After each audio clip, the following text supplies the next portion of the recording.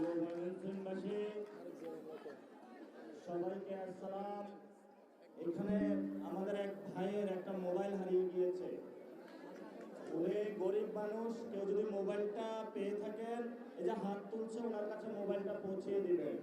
উনি অনেক কষ্ট করে আজকে প্রোগ্রামের আয়োজনের সাথে ছিল। প্লিজ দয়া করে কেউ মোবাইলটা পেয়ে থাকলে একটু পৌঁছিয়ে দিবেন, উনি গরিব মানুষ।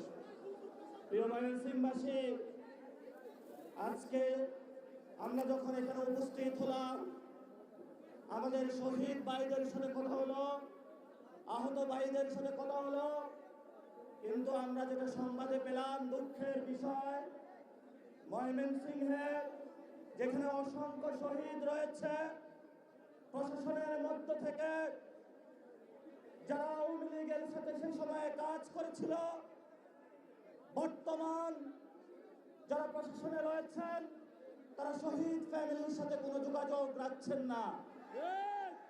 তারা আহতদের কথা শুনছেন না। তারা মাফিয়াদের নিয়ে ব্যস্ত, তারা চাঁদাবাজদের নিয়ে ব্যস্ত, তারা টোকাইদের নিয়ে ব্যস্ত।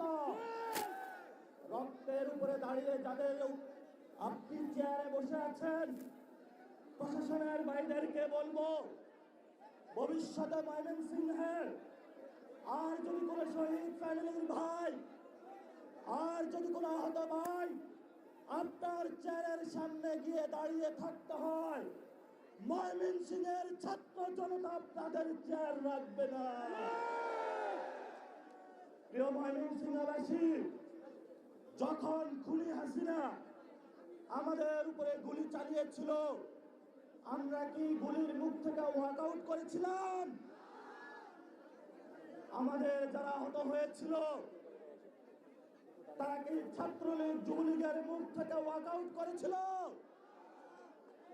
কিন্তু যখন শহীদদের রক্ত, আহতদের অঙ্গহানির উপরে দাঁড়িয়ে একটি নতুন বাংলাদেশের যাত্রা আমরা করতে যাচ্ছি, যেই আহতদের স্বপ্ন, শহীদদের স্বপ্ন আমরা রচনা করতে যাচ্ছি, সেখানে দেখতে পাচ্ছি একটি দল ওয়াকআউট করার চেষ্টা চালাচ্ছে।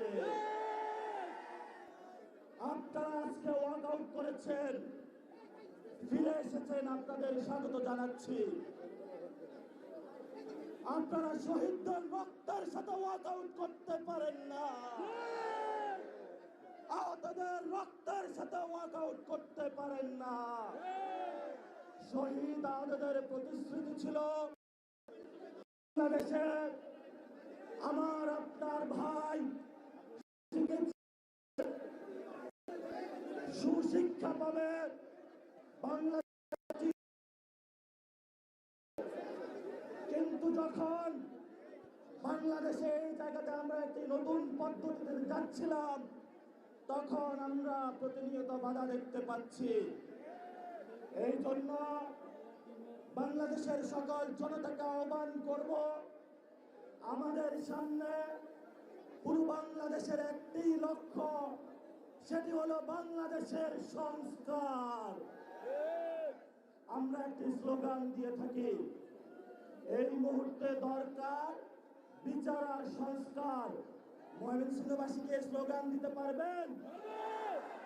এই মুহূর্তে দরকার বিচার আর সংস্কার, বিচার আর সংস্কার। এই মুহূর্তে দরকার, এই মুহূর্তে দরকার বিচার আর সংস্কার, বিচার আর সংস্কার। এই মুহূর্তে দরকার। প্রিয় ময়মনসিংহবাসী, বৃষ্টির মধ্যে দাঁড়িয়ে আছেন, আপনাদের এই ত্যাগ তিতিক্ষা কোরবানির উপরে দাঁড়িয়ে আগামী নতুন বাংলাদেশ গঠিত হবে।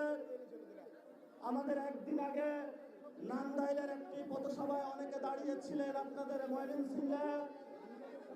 আপনারা অনেক কষ্ট করেছেন, আমাদের সেখানে রুট ছিল না। আমরা জেলা টু জেলা যাচ্ছি, আপনাদের কাছে আমার ক্ষমা প্রার্থী। আমরা ইনশাআল্লাহ নান্দাইলে আসবো। আপনারা হতাশ হবেন না, নান্দাইলবাসীর সাথে আমরা আছি। আর আপনাদের সন্তান জাভেদ রাসিম, জাহিদুর রহমান, আশিকিন আলম, তানহা শান্তা, মেহরাজ তালুকদার থেকে শুরু করে যারা নেতৃবৃন্দ রয়েছে, এনজামুল হক, তাদের হাতকে শক্তিশালী করবেন। আর আপনাদের সামনে বাংলাদেশের এই যে দুটা হাত রয়েছে এগুলোর সাথে থাকবে